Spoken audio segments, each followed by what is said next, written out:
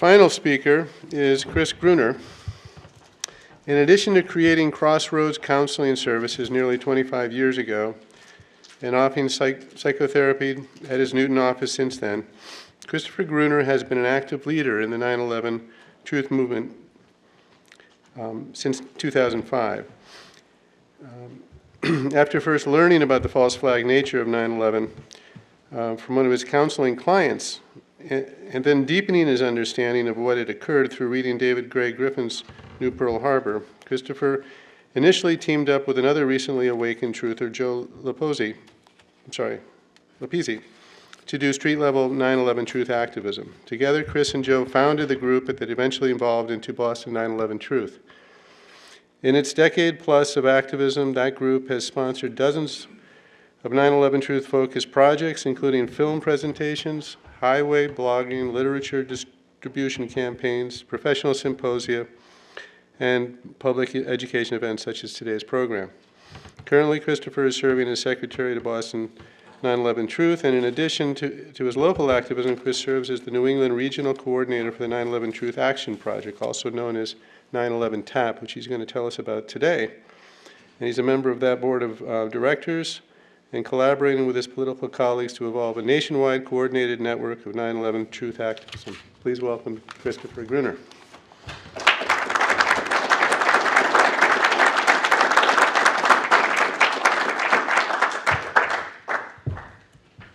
Well, thank you for your kind words, Henry, and thank you to all of you who came out today in this really horrible weather. You are clearly the faithful. There may be a few among you who are new to the 9/11 Truth Movement and to our concerns, but I know that the vast majority of you have been working hard for many years to bring the truth out into the open. And I'm very grateful to everyone who came today and everyone who's been working so hard for so long. And there's hard work ahead of us. Henry said a few words about my own awakening. I think it's worth remarking on that we've been hearing that the truthers are people who have this urge to go looking for conspiracies, and they're conspiratorially oriented. That was not at all the case with me. As Henry mentioned, a client of mine came into my office, my psychotherapy practice, one day weeping, and I said, "Oh, what's wrong?" And she said, I just found out that 9/11 was an inside job. And my first thought was, oh, my poor client. You know, she tends to be a little bit paranoid, and I felt very badly for her, and I just thought I want to comfort her and help her get through this kind of confused idea about what had happened. Well, but now it's in my mind a little bit, and so I'm keeping my eyes open. One eye open for more information about this 9/11 conspiracy stuff, and I come across a book at the bookstore that explained the whole thing. It said it was done by aliens. Aliens from outer space were behind this. And I said, oh, so that's it. So that's what my client was concerned about. Oh. But thank God that I kept looking and checking out the bookshelves of 9/11 material, because I came across David Ray Griffin's book and purchased it. And as I read it chapter by chapter, it was very much like what Richard was saying. It's just like my blindness was cured, and I just not only felt terrible for our nation, I felt personally bad for my attitude towards my clients. And I went back to her, who is still seeing me in counseling. I said, I have a profound apology to make to you that I was so blinded by the story, the Kool-Aid, that I didn't take seriously your concerns. And I think my own journey is instructive, because this is the journey of so many people that we're going to be reaching out to. They've heard the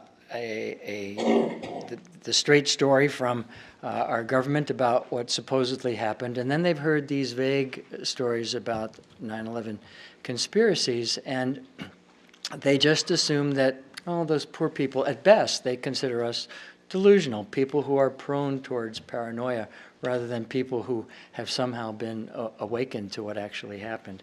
And that's what we're up against. We're up against reaching out to people who will see us as delusional at best and oppositional at worst.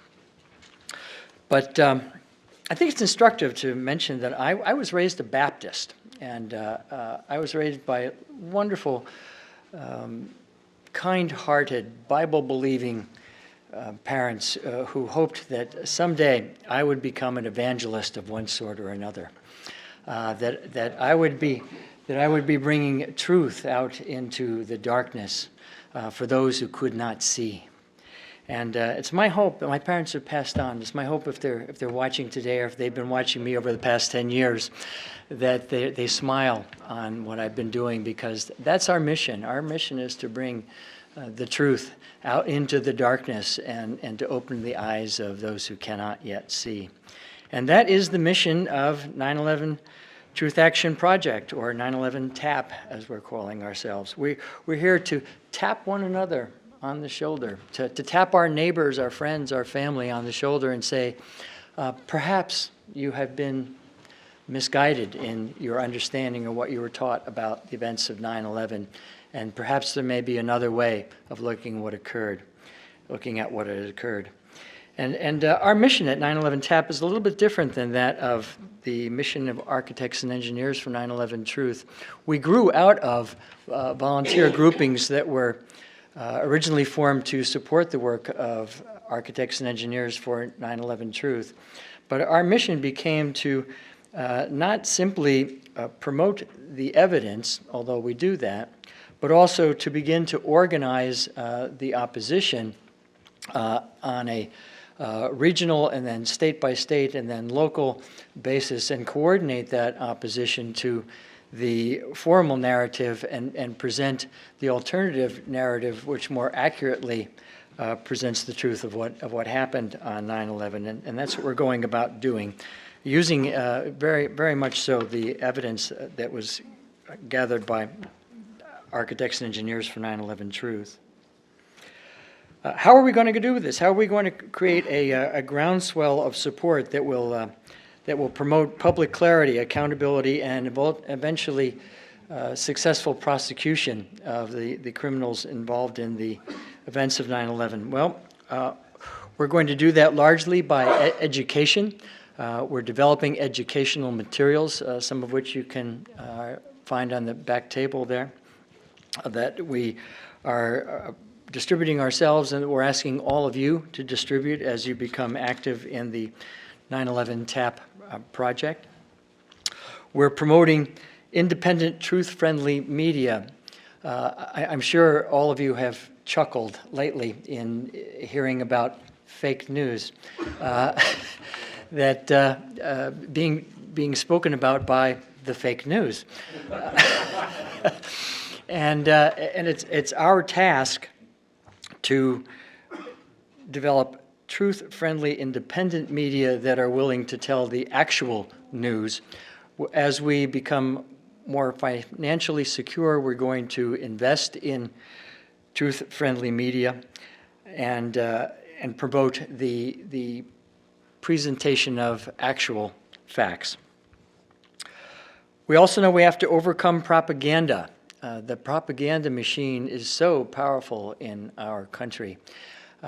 It began shortly after the assassination of President Kennedy, when the CIA and other agencies who knew what exactly had happened to Kennedy realized they had to do something to make sure that the truth did not get out. And so they developed an actual project whose intention was to label anyone who spoke about conspiracies as a conspiracy nutcase. And although I am proud to say I am a conspiracy nutcase now, in their ambition, their goal was to take that term and use it in a pejorative way to make us all look crazy. So we have to overcome the propaganda machine that actively wants to undermine a truth-friendly person or truth-friendly media. How are we going to do this? We're going to develop, we're in the process of developing support groups, activist groups all over the country. We began by dividing up the United States into 8 regions, and then, of course, international work as well. Those 8 regions have among them the 50 states divided. I am the chairperson for the coordinator for the New England region. There are 7 other regions in the country. Each of those regions has within them congressional districts. There are 435 congressional districts in the United States. Each of those congressional districts has about 710,000 constituents in it at the moment.